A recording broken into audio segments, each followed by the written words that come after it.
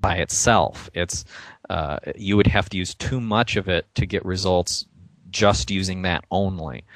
So use it as part of a program, and I also wouldn't suggest to use that every day. Use it maybe 2 or 3 days out of the week, take the rest of the week off, and after you've been using it for a couple of months, take a couple months off and don't have any at all for a while, and then go back on the 2 or 3 days a week, small dose with the grapefruit juice and the cinnamon. And I've been doing that lately as not to lose weight so much, but as part of a body recomposition program. And the long and short of that is I want to see my abs. So, that's just something that I've decided I would like. It's not something that's essential to good health, being able to see your six-pack, but I've just decided I want to. So that's one of about a dozen things that I'm doing to get my body fat down a little bit, but I'm not losing a great deal of weight. And I also have that as part of a overall program, and also balancing with other things. So I'm also using lemon juice and cinnamon and cold. Cold is excellent if you want to reduce your body fat a little bit. Even if you want to reduce it drastically, cold is actually more effective than exercise, using it properly, of course. And I'll probably talk about that on another show, but you can burn more calories just sitting in an 80-degree bath than running a marathon. So, that's a very very effective ally in weight loss, or just body recomposition, or athleticism. And also, I like to do this sometimes because toxins get stored in fat tissue. And if you can burn off a lot of fat as part of a cleansing program, still eating very nutritiously, that can help your body cleanse more thoroughly. So there's a thought as well. But of course you want to do it in a healthy way, because what we want to end up with at the end of the day is good health. What does it matter how good looking you are if you're a corpse, or if you're just not healthy enough to enjoy looking good? So that's extremely important. Health should always be priority number 1, and everything else priority number 2.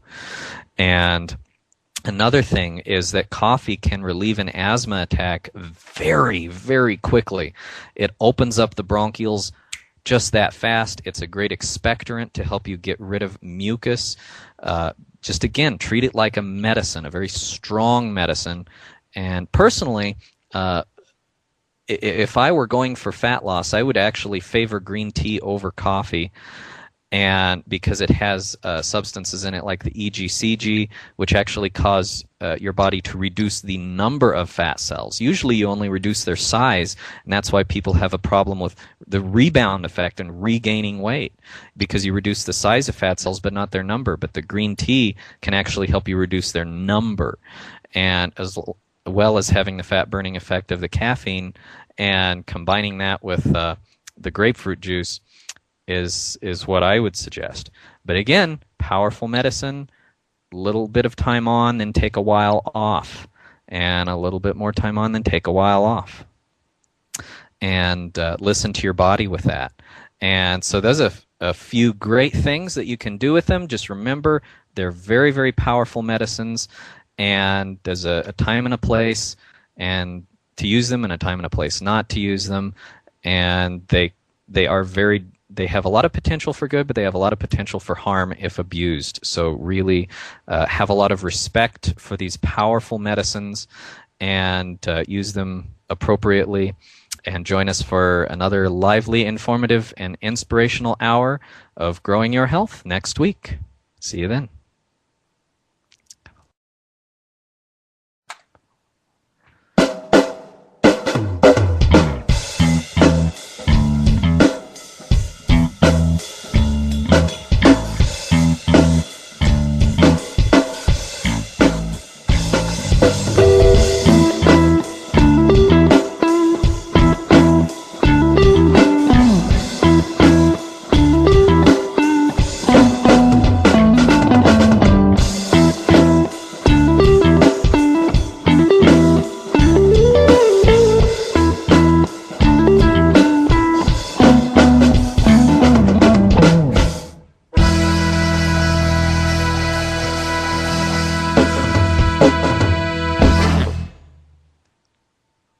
Today's podcast is brought to you by ObesityHotline.com, the silent killer, providing support and encouragement in the prevention of this rising epidemic. Featuring the Body by Vi Challenge. Is there a quick answer to the question? Go to www.obesityhotline.com.